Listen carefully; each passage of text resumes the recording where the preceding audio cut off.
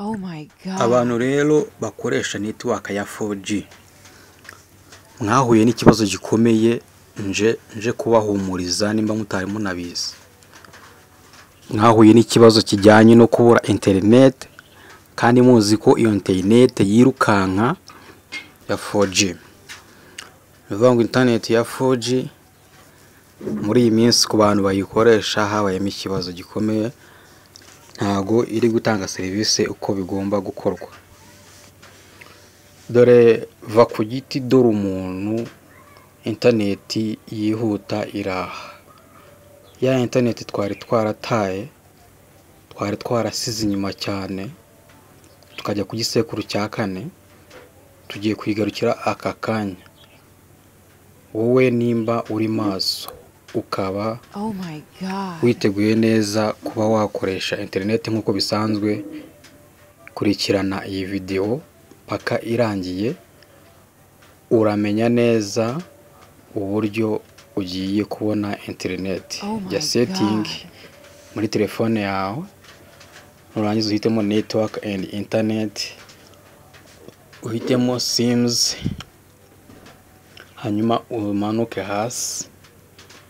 Numara kumanuka hasi urabona ahanditse prefer network type. Uhitemo prefer network type, hanyuma uhitemo kuri Oh gatatu my God. handitse 3G only. Numara guhitamo 3G only, icyo ukora urazamura. Wamaze guhitamo 3G only utemejeho 4G n'izindi zikurikira, ujye kuri access point, Oh hanyuma my ujye God. kuri APNC, Oh my God. uhitemo Alliance internet, usibe wandikemo Airtel cyangwa se MTN bitewe n'iyo ukoresha. Oh my God.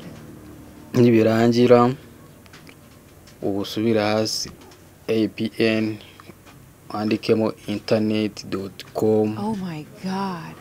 hanyuma wakande OK. Nurangiza ukane kuri dutatu usaving, hanyuma usubire kuri platform yakoreshaga kuri internet urebe ko iri gukora neza.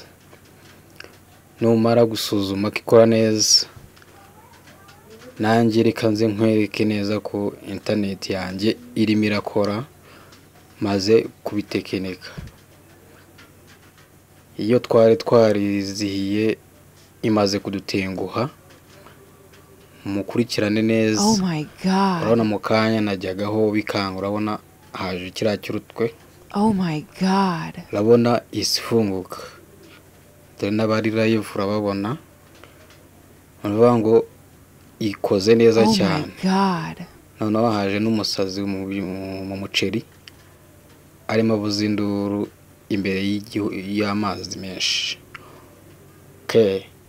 Rero nimba wari warabuze internet, ngibi